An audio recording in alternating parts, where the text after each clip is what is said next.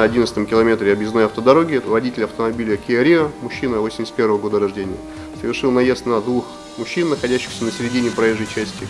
В результате данного происшествия мужчина 89 года рождения скончался на месте происшествия, а мужчина 86 года рождения позднее скончался в медицинском учреждении. Поэтому самый главный аспект, который необходимо напомнить пешеходам, это обязательность наличия световозвращающих элементов на одежде, если они находятся вне населенных пунктов в темное время суток. Ну а водителям напомнить, что если вы двигаетесь по участку трассы, которые прилегают либо населенные пункты, либо садоводческие массивы, необходимо помнить о возможном появлении внезапно пешехода на проезжей части и выбирать соответствующий скоростной режим.